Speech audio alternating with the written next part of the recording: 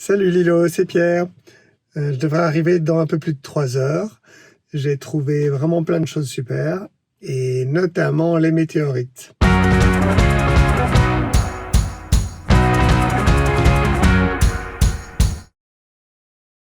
C'est une aventure qui a commencé il y a un peu plus de 20 ans maintenant, parce que j'avais une passion personnelle pour les insectes, l'entomologie.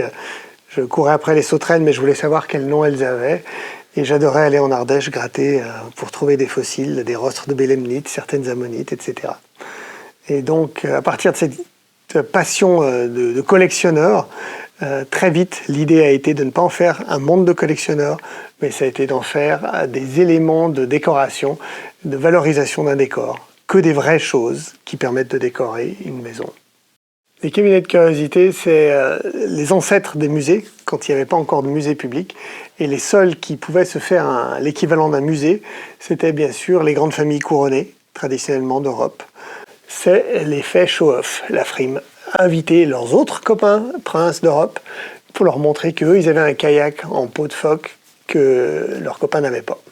Et cette curiosité extrême, issue du monde des cabinets de curiosité, ça fait vraiment partie de notre ADN. En tant qu'Européens, on a été élevés avec des musées, on a été élevés avec cette curiosité scientifique, et on a voulu prendre ces éléments-là pour les tirer vers le monde de la décoration, qui était le deuxième atavisme familial qu'on avait. Et avec Lilo, on a monté cette société il y a un peu plus de 20 ans pour partir de curiosité naturelle et en faire des concepts de décoration.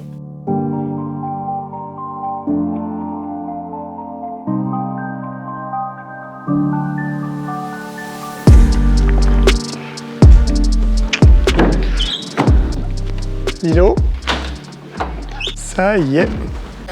Le trésor du jour. Des trucs qui valent le coup, hein, bien sûr. Par exemple, super couleur lilas, l'améthyste du nord-ouest de Madagascar. Vous avez eu de la claire comme ça? Non. Ouais, super finger, donc qui ressemble un peu à un chou romanesco. La fluorite à bande de Chine. Madagascar encore, les superbes cristaux. Donc moi j'y allais pour ça. Cette fois-ci. Tu vas commencer. Voilà. Donc météorite d'Argentine, Campo del Cielo, celle-ci. Donc ça, c'est là où on a quelques petites idées pour les faire décoller, ces petites choses.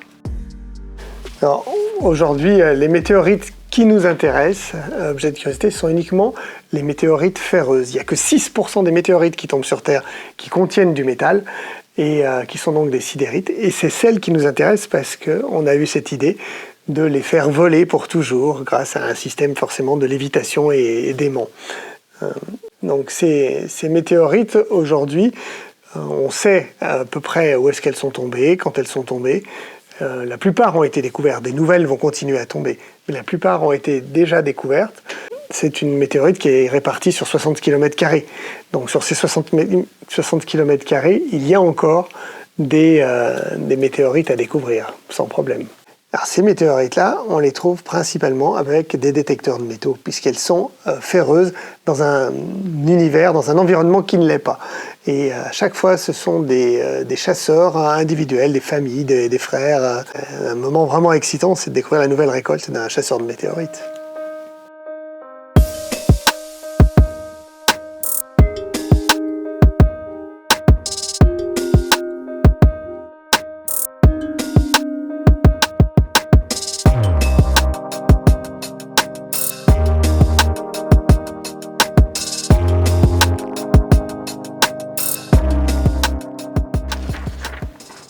Hello, je vais te montrer un truc.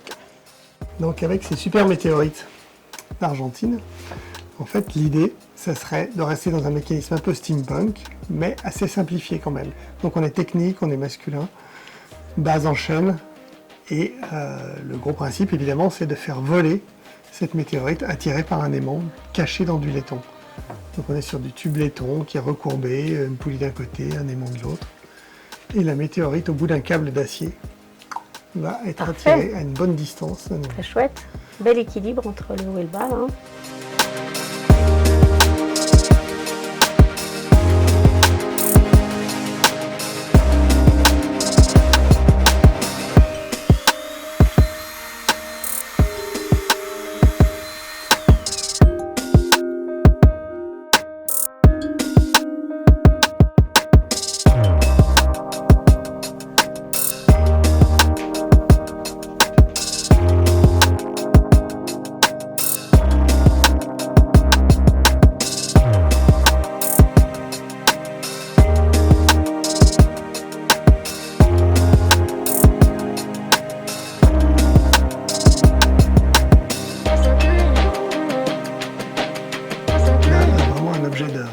de conversation Un peu masculin, quand même. pour nous les hommes. Pour vous les hommes, parce que vous le méritez bien. C'est ça.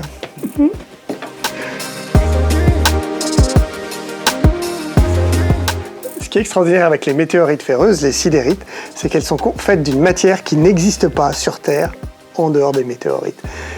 Ça s'appelle la kamacite, c'est un alliage de fer et de nickel qui s'est fait à très haute température, au-delà de 1000 degrés.